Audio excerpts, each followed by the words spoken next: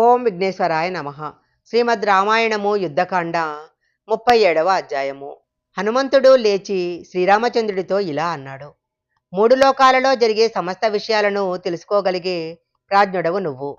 నీకు వేరొకరు చెప్పాల్సిన అవసరం లేదు. నేను ఈ విషయం చెప్తున్నప్పుడు వాదించటానికి చెబుతున్నాననో, తర్కం చేయటానికి చెబుతున్నాననో, ఇంకొకరు చెప్పిన అభిప్రాయాలను ఖండించుతున్నాననో అనుకోవద్దు. మీరు నా యందు గౌరవముంచి అడిగారు. నేను మీ యందు గౌరవముంచి నాకు యుక్తమనిపించిన మాటలు చెప్తాను. ఆలోచించి నిర్ణయించుకోండి. ఇందులో కొంతమంది విభీషణుడిని నమ్మకూడదు అన్నారు. విభీషణుడు కామరూపాన్ని పొందగలిగిన వాడైతే, మన సైన్యంలోకి వచ్చి గూఢచార్యం చేయాల్సిన వాడైతే, తన స్వరూపంతో వచ్చి ఆకాశంలో నిలబడి నేను రాముడిని శరణు వేడుకుంటున్నాను అని చెప్పాల్సిన అవసరం లేదు. కొంతమంది గూఢచారులను పంపమన్నారు. మనకు తెలియకుండా మనకు అపకారం చేస్తాడేమో అన్న అనుమానం ఉన్నవాడి మీదికి గూఢాచారులను పంపి నిర్ణయించుకోవచ్చు. కానీ ఎదురుగా నిలబడి ఉన్నవాడి మీదికి గూఢాచారిని ఎలా పంపిస్తారు? కొంతమంది మంచి ప్రశ్నలు వేసి ఆ ప్రశ్నల వలన సమాధానాలు రాబట్టమన్నారు. మనం అతనిని ఏమని ప్రశ్నిస్తాము? జవాబు చెప్పేవాడి కన్నా ప్రశ్న వేసేవాడు తెలివి తక్కువ ప్రశ్న వేయవచ్చు.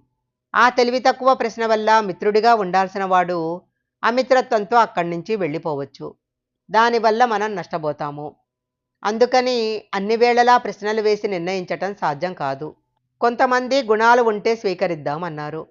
వేరొకరి యందు ఉండకూడదు అని గుణము చెప్పబడినది మన యందు గుణమవ్వచ్చు. కొంతమంది దేశము కాలము యందు దోషముందని చెప్పారు. దేశం చేత కాలం చేత ఇప్పుడే యథార్థమైన స్థితి ఉంది. యువతుల వారికి అపకారం చేద్దామనే బుద్ధితో వచ్చి ఆకాశములో నిలబడిన వాడైతే ఆయన ముఖమంత తేజోవంతంగా, నిర్మలంగా, ప్రశాంతంగా ఉండదు. అంత ధైర్యంగా నిలబడలేడు. ఆయన ముఖంలో ఏ విధమైన దోషం కానీ, శఠుడికి ఉండే బుద్ధి కానీ నాకు కనపడటం లేదు. ఆయన మాట్లాడిన మాటలలో దోషం పట్టుకోవటానికి నాకేమీ కనపడలేదు. అలాంటప్పుడు మనము ఆయన యందు వేరొక భావనను ఆపాదించి శరణు ఇవ్వకుండా ఉండాల్సిన అవసరం లేదు. నేను మాత్రం నా బుద్ధి చేత ఒక నిర్ణయానికి వచ్చాను. విభీషణుడికి మీ పౌరుష పరాక్రమాల గురించి ఆయనకు రావణుడి పౌరుషము తెలుసు. మీ పౌరుషం ముందు రావణుడి పౌరుషం నిలబడదు అని విభీషణుడు ఈ నిర్ణయానికి వచ్చాడు. అలాగే మీరు వాలిని సంహరించి సుగ్రీవుడికి పట్టాభిషేకం చేసిన విషయాన్ని విభీషణుడు విన్నాడు.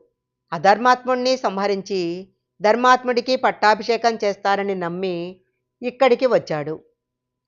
మీరతనికి శరణు ఇవ్వవచ్చు అని నేను అనుకుంటున్నాను అన్నాడు. అప్పుడు రాముడు, ఇప్పటిదాకా మీరందరూ దోషాలు ఉన్నాయా, దోషాలు లేవా, తీసుకోవచ్చా, తీసుకోకూడదా అని పలు మాటలు చెప్పారు. నేను ఒక మాట చెబుతున్నా వినండి. నా దగ్గరికి వచ్చి భూమి మీద పడి రామా నేను నీ వాడను, నన్ను రక్షించు అని అన్నవాడి యందు నేను గుణదోష విచారణ చెయ్యను. వచ్చినవాడు విభీషణుడే అయినా, రావణుడే అయినా, నన్ను శరణు కోరినవాడు ఎవడైనా సరే రక్షిస్తాను.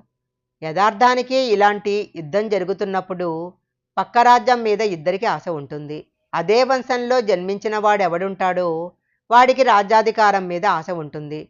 అలాగే పక్కనున్న రాజుకి కూడా ఆశ ఉంటుంది. అందుకని ఈ రెండు విషయాల్లో మనం తటస్థులము. ఈ రెండు కారణాలు తన వైపు ఉన్నాయి కాబట్టి విభీషణుడు వచ్చి శరణాగతి అడిగాడు. సుగ్రీవ, ప్రపంచంలో భరతుడి లాంటి సోదరుడు ఉండడు. కోరి వచ్చిన రాజ్యాన్ని వదిలాడు కాబట్టి. నాలాంటి కొడుకు ఉండడు. తండ్రి ప్రేమను అంతలా పొందాడు కాబట్టి. నీలాంటి మిత్రుడు ఉండడు. అందుకని అన్నీ ఆ కోణంలో పోల్చి చూడకు. వాడు దుష్టుడైనా మంచివాడైనా నా దగ్గరికి వచ్చి శరణాగతి చేశాడు కాబట్టి ఆయనకు శరణు ఇస్తాను.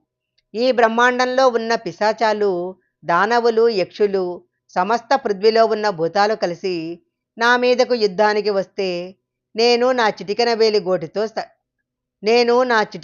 గోటితో చంపేస్తాను.